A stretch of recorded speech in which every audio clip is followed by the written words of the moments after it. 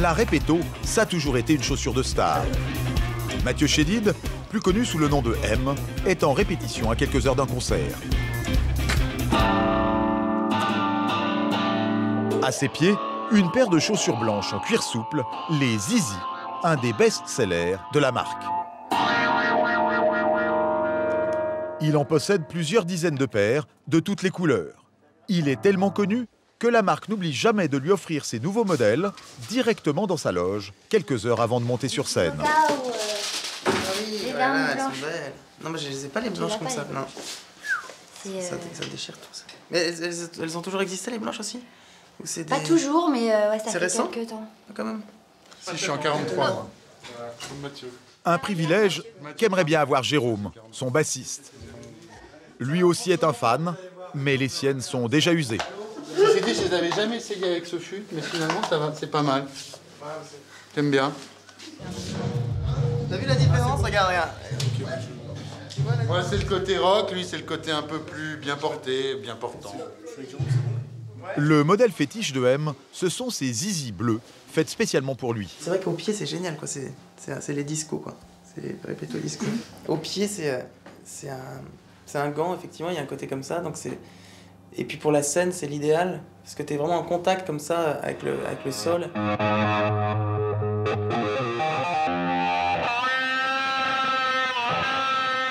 Comme beaucoup de musiciens, et français entre autres, on est tous quand même très fans aussi de Serge Gainsbourg. C'est le maître, quoi, et puis son élégance absolue, d'ailleurs avec et sans Repetto, parce qu'il a toujours eu beaucoup d'élégance, mais c'est vrai que ces chaussures-là caractérisent toute une période de sa vie, quoi, artistique. J'ai un regard d'enfant, je sais pas pourquoi, avec ces chaussures-là. Et le magasin lui-même me fait rêver. Quand je rentre dans ce magasin, le moindre objet me plaît, que ce soit un sac, un tutu, ou... Non mais c'est vrai, c'est-à-dire que je suis... ça fait rêver, quoi. C'est un petit conte de fées. Avant d'enchanter les hommes, cette marque est d'abord un conte de fées pour les femmes. Située à 2 pas des plus grands joailliers du monde, la boutique historique est une invitation à la rêverie et aux achats. Tous les modèles s'inspirent de l'univers de la danse. Tango, cabaret, boléro, classique. Vendus entre 130 et 230 €, ces petits bouts de cuir chic coûtent très cher. Mais les clientes viennent du monde entier. Les japonaises notamment raffolent de ces fameuses ballerines qu'on ne trouve pas toujours à Tokyo. Et ce n'est pas un hasard, une des vendeuses est elle-même originaire du Japon. Elle est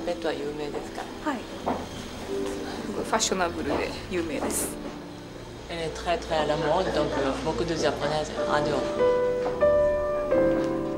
Mais Repetto à l'origine, ce sont des chaussons de danse. L'opéra n'est pas loin, la boutique est un peu l'antichambre des danseuses qui viennent ici se faire confectionner des pointes. Les ballerines sont aussi en vente dans des magasins de sport, mais ici c'est du sur-mesure. Flora, 16 ans, danseuse au conservatoire, a pris rendez-vous ce matin pour un essayage.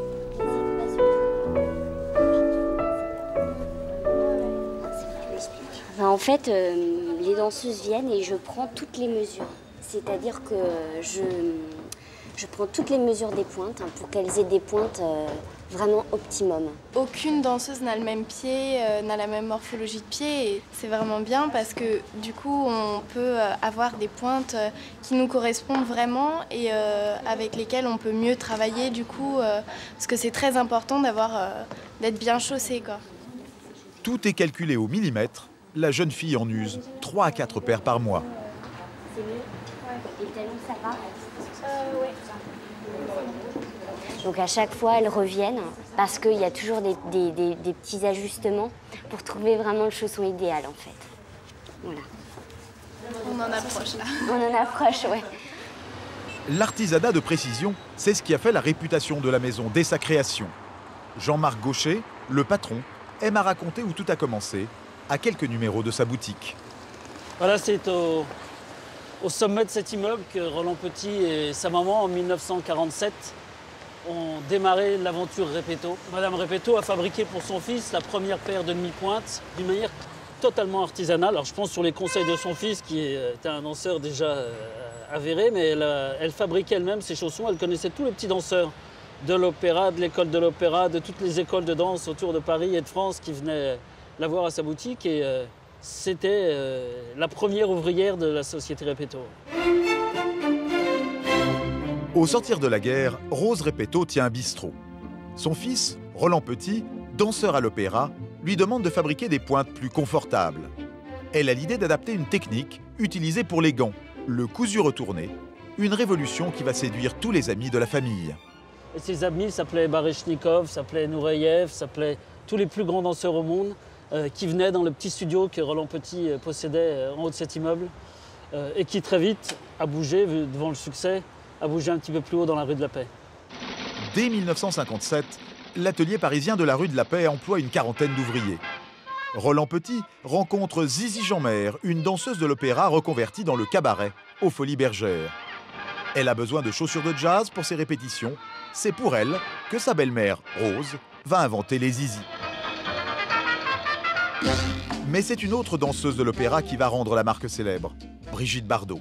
Pour le film Et Dieu créa la femme, elle demande une paire de ballerines de ville rouges à Madame Repetto.